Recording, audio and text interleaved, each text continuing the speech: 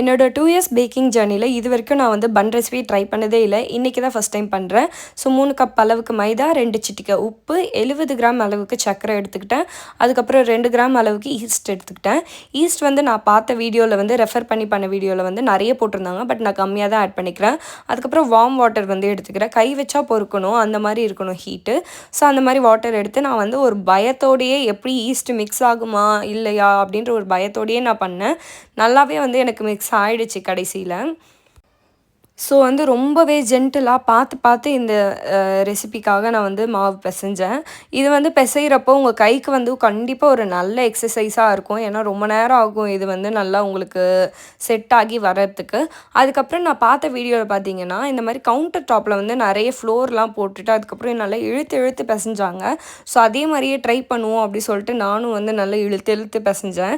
இது பண்ணுறப்ப கை ரொம்ப வலி எடுத்துக்கிச்சு. ஏன்னா வந்து 8 மினிட்ஸ் சொன்னாங்க. நான் பண்ணது வந்து 15 மினிட்ஸ் கிட்ட ஆயிடுச்சு எனக்கு அந்த கன்சிஸ்டன்சி கிடைக்கிறதுக்கு.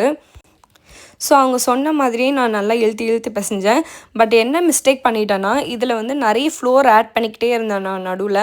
ஸோ அந்தளவுக்கு ஆட் பண்ணக்கூடாது, கையில் ஒட்டுது பிசுன்னு அப்படின்னு சொல்லிட்டு நான் வந்து நிறைய ஃப்ளோர் ஆட் பண்ணிக்கிட்டே இருந்தேன். அந்த மாதிரி ஆட் பண்ணுறப்ப எனக்கு மாவு என்ன ஆயிடுச்சுன்னா நல்லா ஒரு சப்பாத்தி மாவு மாதிரி ஆயிடுச்சு.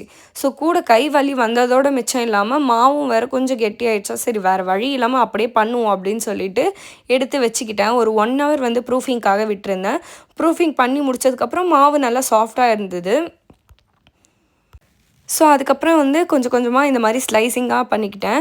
ஒரு 6 பீஸ் பக்கம் எனக்கு வந்து கிடச்சிது. ஸோ 6மே வந்து அதுக்கப்புறம் வந்து எடுத்து இந்த மாதிரி வந்து பன் ஷேப்க்கு கொண்டு வரத்துக்கு ரொம்பவே திணறிட்டேன். ஏன்னா எனக்கு வரவே இல்லை.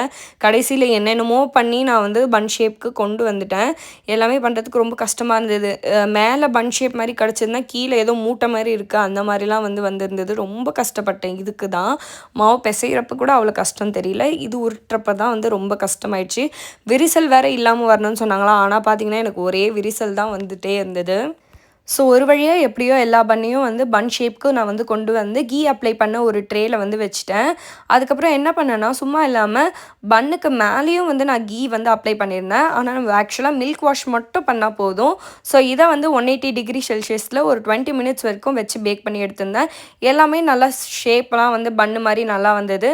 ஆனால் வந்து மாவு சரியாக பிசையாததுனால என்ன ஆச்சுன்னா வெடிப்பாக வந்துடுச்சு. நம்ம வந்து வெடிப்பு இல்லாமல் விரிசல் இல்லாமல் பண்ணணும். ஆனால் நான் கொஞ்சம் விட்டு தான் பண்ணியிருந்தேன். எனக்கு கை வலி தாங்க முடியல. பட் ஆனால் வந்து எனக்கு ஈஸ்ட் ஸ்மெல் வரலை. உள்ளே நல்லா சாஃப்டாகவே இருந்தது. நான் வந்து இதை வந்து பன் பட்டர் ஜாம் மாதிரி ஜாம் வச்சும் சாப்பிட்ருந்தேன். நல்லா தான் இருந்தது டேஸ்ட்டு. ஸோ இந்த வீடியோ பிடிச்சா லைக் பண்ணிக்கோங்க. பாய்.